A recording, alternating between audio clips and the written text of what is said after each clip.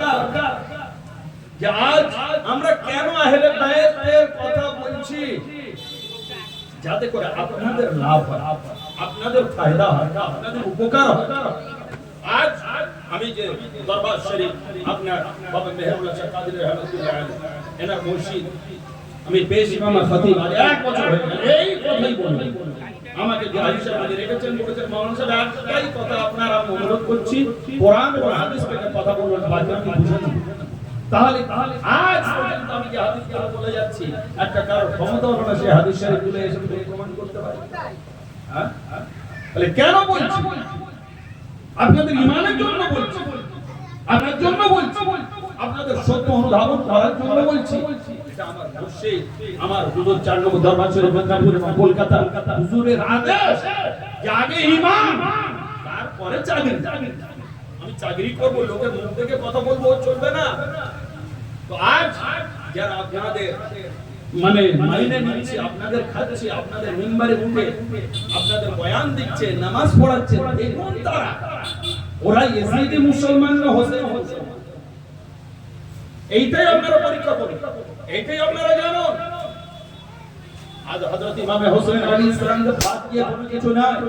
হযরত ইমাম হোসেন আলী ইসলাম সম্বন্ধে হাদিস শরীফের মধ্যে আমার দয়ার নবী বলেছেন আহাব্বাল্লাহু মান আহাব্বা হুসাইনা, আল্লাহকে সেই ভালোবাসবে যে হোসেনকে ভালোবাসে। মিশকাত শরীফের হাদিস। কেউ নিয়ে আসুক আলেম, আমি তার কিতাব থেকে দেখিয়ে দেবো, আমার কিতাব না, নিয়ে আসুক তার কিতাব থেকে দেখিয়ে দেবো, সে বাংলা হোক আর আরবি হোক, যে কোনো কিতাব নিয়ে আসুক, আমি আলহামদুলিল্লাহ দেখিয়ে দেবো। যে তারপরে কি বলা আছে, এও বলা রয়েছে হাসান ও হোসেন সৈয়দা শাবাবে আহলে জান্নাত। হাসান এবং হোসেন আলাইহিস সালাম কারা? জান্নাতি নওজওয়ানদের সর্দার। সুবহানাল্লাহ, সুবহানাল্লাহ। কখন হলেন? যখন ওনাদের উপর নামাজ ফরজ হয়নি, সে মাসুম বাল্যকালীন জান্নাতি নওজওয়ানদের সর্দার হয়ে গেল। আর আমরা নামাজ পড়ে পড়ে তবে কি জান্নাতি হতে পারি? জান্নাতি হওয়া জান্নাতি সর্দার হওয়া দুটো আকাশ-পাতাল তফাৎ।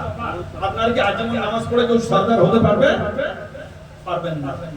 কিন্তু ইমাম হাসান হোসেন গলিতে গলিতে খেলা করছেন, বরং নামাজও খেলছেন। ওনার নানা যান সেজদায় পড়ে রয়েছেন, এসে পিঠে চেপে বসে গেছে। সেই হোসেনকে মাসুম অবস্থায় বয়স আল্লাহর নবী বললেন আমার হাসান আর হোসেনকে দেখছো একেবারে মাসুম 4-6 বছরের বয়স, এদের মর্যাদা জানো? এদের মর্যাদা হচ্ছে সমস্ত জান্নাতি নওজওয়ানদের সর্দার। তাহলে আজ সেই সর্দারদের আলোচনা নেই। আমি গত পরশু ভাঙড়ে ছিলাম, সেখানেও এইভাবে আহলে বায়াতের শানকে ঘটানোর চেষ্টা করছে ওখানকার কিছু মৌলভী। সেখানে আলহামদুলিল্লাহ 2 থেকে 2.5 ঘন্টা উপরে মাওলানাদের শানে মানুষ শুনে অবাক যে এই প্রমাণগুলো আছে এখনো, আর এগুলো তাহলে মানে না। চ্যালেঞ্জ করে যদি না মানে পাঠিয়ে দেবেন, হাদিস কোরআন খুলে দেখিয়ে দেবো, এরকম তার কথা নেই। আমি কি দেখাতে পারি? কোরআন এবং হাদিস দেখাতে পারি। আপনার সাথে মারপিট আমি করব কেন? আহলে বায়াত তেমন জিনিস, যেমন সবার পেটে একটা কথা আছে না, ঘি হজম হয় না? হয়, একটা প্রবাদ আছে না যে সবার পেটে ঘি হজম হয় না, ঠিক তেমন সবাই আহলে বায়াতকে মহব্বত করতে পারে না। আহলে বায়াতকে মহব্বত করতে হলে ব্লাড পিওর থাকা চাই। যদি পিওর না হয় আপনি আহলে বায়াতের মহব্বত করতেই পারবেন না। নামাজি হতে পারেন, রোজাদার হতে পারেন, কোনো অসুবিধা নেই, হতেই পারে। আল্লাহর নবী নামাজ পড়াচ্ছেন, সেই জামানা পিছনে আল্লাহর নবীর মুনাফিকরা শত্রুরা নামাজ পড়েছে। সূরা মুনাফিক খুলে দেখো, মুনাফিকরাও নামাজ পড়েছে, কিন্তু মুনাফিকরা আহলে বায়াতকে ভালোবাসতে পারে না। চ্যালেঞ্জ করে যাচ্ছে।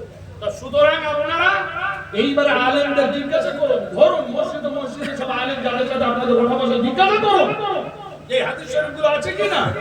যদি থাকে তো বলো না কেন? তুমি মানো না কেন? মানুষকে আল্লাহর নবীর দিকে উদ্বুদ্ধ করো না কেন? নবীর ঘরানার দিকে তোমরা কেন নিয়ে যাও না মানুষকে? হ্যাঁ, কোন মৌলবীর দামন ধরলে আমাদের নাজাত হবে না, আহলে বায়াতের গোলামি করলে নাজাত হবে। এই মেসেজ দিয়ে আমি আজকের মতো আপনাদের কাছ থেকে বিদায় নিচ্ছি। আসসালামু আলাইকুম ওয়া রাহমাতুল্লাহি ওয়া বারাকাতুহু। ওয়া মা আলাইনা ইল্লাল বালাগ। এরপরে আলহামদুলিল্লাহ আমার আরেক জায়গায় জলসা আছে, ইনশাআল্লাহ সেখানে যাব 10টা থেকে 1টা।